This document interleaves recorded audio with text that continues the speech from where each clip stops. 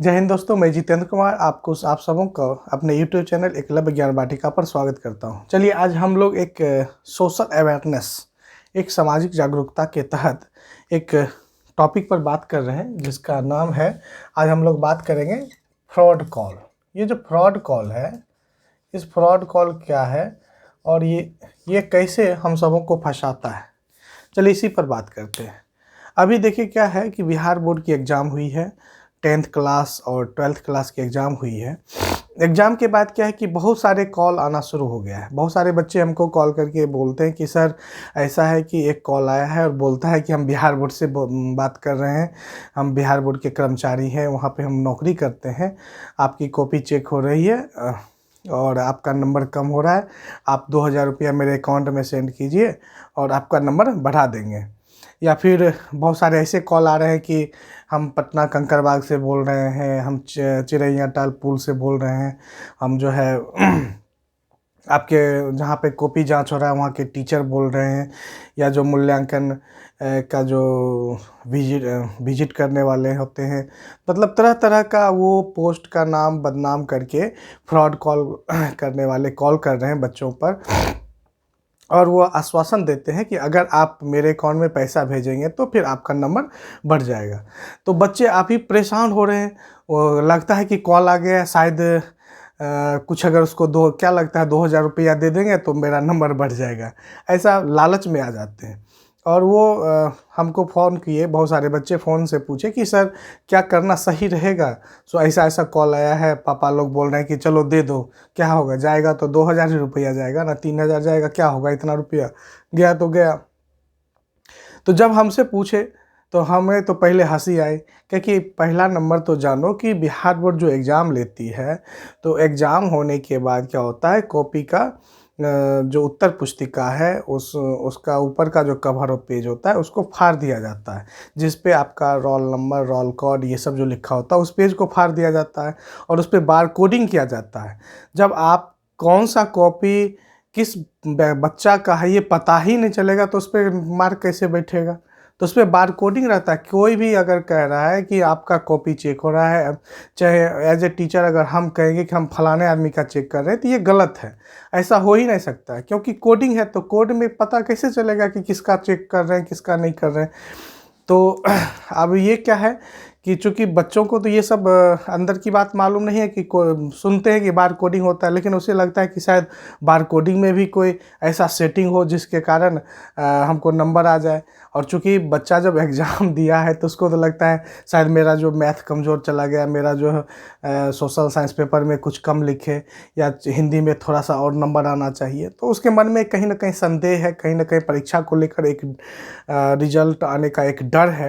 तो इसलिए वो सोचता है कि चलो एक तरह से जुआ ही खेलें। लेकिन आपको हम बता देना चाहेंगे कि अगर आप को कॉल आता है और उस कॉल जो कर रहा है, तो आप समझिए वो 100% फर्जी कॉल है। बिहार बोर्ड के द्वारा या मूल्यांकन केंद्र पर जो शिक्षक नियुक्त हैं, जो आपकी कॉपी को जांच रहे हैं, उनके द्वारा कभी भी आपको कॉल नहीं किया जाएगा, आप ये बात जान जाइए। अगर कोई कह रहा है तो ये 100% गलत है। अगर आप उस जो कॉल आ रहा है, अगर आप उसको पैसा दे रहे हैं, तो आपका 100% समझिए आप गलत व्यक्ति को पैसा दे रहे हैं और वो फ्रॉड व्यक्ति को पैसा दे रहे हैं।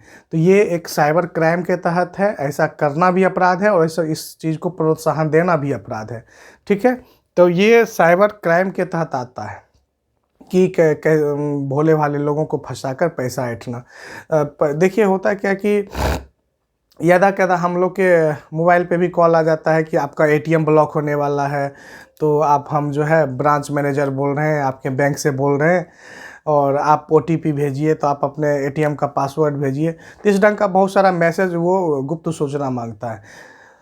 तो यहाँ पर हम बात करेंगे पहला नंबर, जो भी बिहार बोर्ड के परीक्षार्थी हैं, जो परीक्षार्थी अभी बिहार बोर्ड के रिजल्ट के प्रतीक्षा में है ना, परीक्षा तो दिए हैं और जो रिजल्ट परिणाम की प्रतीक्षा में वो जानिए कि आपको ना तो बिहार बोर्ड के द्वारा कोई कॉल होगा, ना ही मूल्यांकन केंद्र पर जो शिक्षक नियुक्त हैं या इस पूरे सिस्टम के किसी भी व्यक्ति के द्वारा कभी भी कॉल नहीं होगा। अगर कोई कॉल कर रहा है तो 100% फर्जी है, इसमें कहीं कोई संदेह नहीं है। अगर आप पैसा देते हैं तो अपने पैर पे खुद कुल्हाड़ी मारते हैं और ऐसा करना भी अपराध है ना। पैसा देना भी अपराध है और पैसा मांगना भी अपराध है। ये एक साइबर क्राइम का टॉपिक है और ये साइबर क्राइम के अंतर्गत अपराध है। तो आप वैसे कॉल को अटेंड ना करें, है ना। अगर किसी कोई ढंग का फर्जी कॉल आता है तो आप उसको अटेंड ना करें। आप मतलब लालच में ना पड़े। हम सभी परीक्षार्थियों से अपील करना चाहेंगे और उनके अभिभावकों से भी कि आप लालच में ना पड़े। उनको आप ये मत सोचिए कि हमको क्या लगता है 2000 रुपया लगता है, शायद नंबर मिल जाए, तो शायद वायद के चक्कर में ना रहें। ये 100% फर्जी कॉल है और यह एक गिरोह काम करता है। जब जब परीक्षा का परिणाम आने का वक्त होता है या मूल्यांकन का कार्य जब चल रहा होता है या मूल्यांकन काम के बाद अक्सर हर एक साल हम देखते हैं कि ऐसा कॉल आता है और बच्चों को परेशान किया जाता है और बहुत सारे मासूम बच्चे फंस भी जाते हैं। उनको लगता है कि हमको नंबर मिल जाएगा, लेकिन वो 100% गलत है। इसीलिए आप इन सब बातों पर यकीन नहीं करें। इसके अलावा भी हम आपको बताएंगे कि देखिए हम लोग के साथ भी कई बार हुआ, लगभग मेरे पास तो लगभग 4-5 बार ऐसा हुआ है कि कॉल आया है जब हम बैंक से बोल रहे हैं तो आपका ATM ब्लॉक हो रहा है। इस तरह के तरह तरह का कॉल आते रहता है। तो आपको बताते हैं कि जैसे पहला नंबर तो पिन नंबर जो होता है इसको हमेशा गुप्त रखिए, कभी किसी के साथ शेयर ना करें। ATM का पिन नंबर, पासवर्ड जो भी है उसको गुप्त रखें। दूसरा बात है कि मोबाइल जो है, अपना मोबाइल का पासवर्ड भी किसी के साथ शेयर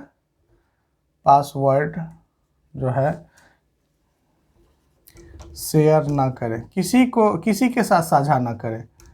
देखिए होता क्या है कि हम लोग के साथ क्या करते हैं कि घर में बच्चे परेशान करते हैं कि मोबाइल चाहिए और अपना मोबाइल दे देते हैं। आप सोचिए कि जिस समय आपका बच्चा आपका मोबाइल लेकर खेल रहा है तो उस मोबाइल में जो सिम लगा हुआ है वही नंबर दिया हुआ है बैंक में, तो स्वाभाविक है उस नंबर पे कॉल आएगा। अब सोचिए कि आपका बच्चा खेल रहा है, गेम खेल रहा है, कुछ भी कर रहा है मोबाइल पर, उस समय कॉल आया और पूछेगा कि अच्छा ठीक है आपके नंबर पे OTP गया है 4 अंक का, बताओ तो कौन है, बाबू बताओ, ऐसे पूछेगा थोड़ा सा पुचकार के फुसला के। और बच्चा मासूमियत के साथ क्या कहेगा, हाँ अंकल, हाँ देखिए ये आपका नंबर है, हाँ मैडम ये नंबर है, पूछ लेगा और उस तरह से वो पैसा निकाल सकता है। इसलिए जो नंबर आप बैंक में दिए हैं उस नंबर को किसी के भी हाथ में ना दें। वो हो सके तो अलग मोबाइल रखें, बच्चों को खेलने के लिए अलग दे दें, और नहीं तो फिर आप अपने जो सिम आप यूज़ करते हैं बैंक के लिए, बैंक खाते के लिए, तो वो पर्सनली रखें, वो किसी के साथ साझा ना करें। तीसरा है कि ये जो पिन नंबर है या कोई भी पासवर्ड है इसको लिख कर ना रखें, कभी भी इसको लिख कर नहीं रखना है, ठीक है। लिख कर रखने से हो सकता है कि ये मामला कभी लीक हो सकता है, इसलिए कभी भी लिख कर ना रखें। जब भी आप कभी पैसा निकालने के लिए जाएं ATM के अंदर, तो अकेले जाएं, किसी साथी दोस्त किसी को भी लेकर ना जाए, किसी पर यकीन नहीं करें। और जब भी अपना पासवर्ड डालें तो हाथ से ढक कर, ठीक है।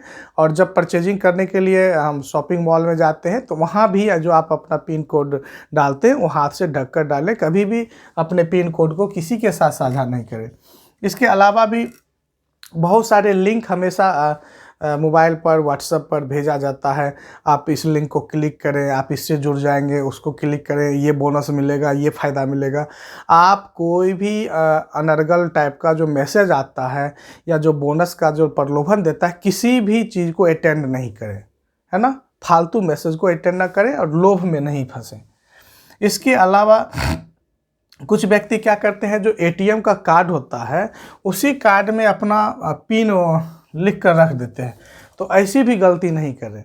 क्योंकि आपका एटीएम कार्ड अगर खोएगा तो उसके साथ तो उसका तो पिन नंबर भी उसी में लिखा हुआ है। जब पिन नंबर उसमें लिखा हुआ है तो जिस व्यक्ति को अगर मिला तो एटीएम भी मिल गया और पिन भी मिल गया, बिना मेहनत का ही सब कुछ मिल गया, सारा पैसा खंगाल के निकाल लेगा। तो ऐसी भी गलती ना करें, आप पिन को अपने दिमाग में सेट करें और हमेशा पिन को बदलते रहें। एक पिन जो है, एक पासवर्ड ज़्यादा दिन तक नहीं रखें, और पासवर्ड ऐसा भी नहीं रखें अपना डेट ऑफ बर्थ है या गाड़ी का नंबर है या ऐसा भी चीज़ नहीं रखें कि कोई भी आसानी से अनुमान लगा सके। पासवर्ड ऐसा रखें थोड़ा सा मिक्स टाइप का, वर्ड में हो कैपिटल स्मॉल या कोई स्पेशल कैरेक्टर, इस ढंग से मिक्स करके रखें ताकि कोई भी आपके पासवर्ड को आसानी से नहीं उसको सोच पाए कि क्या पासवर्ड हो सकता है।